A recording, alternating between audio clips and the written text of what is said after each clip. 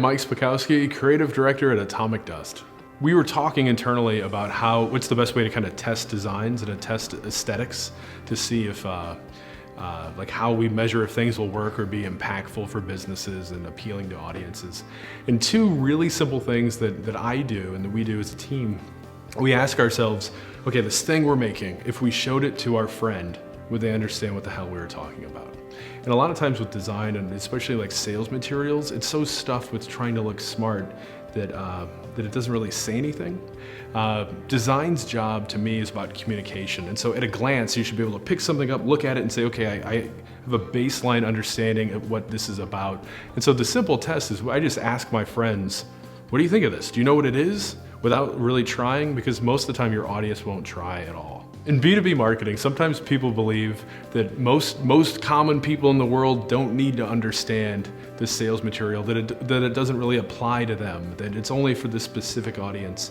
And a lot of times we find that the audience itself, it's not really a good excuse. Like the audience itself will give things less attention.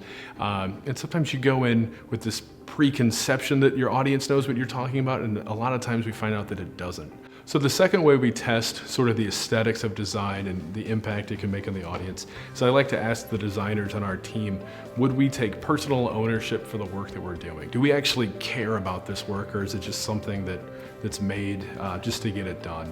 And if the answer is no, then we go back and revisit it.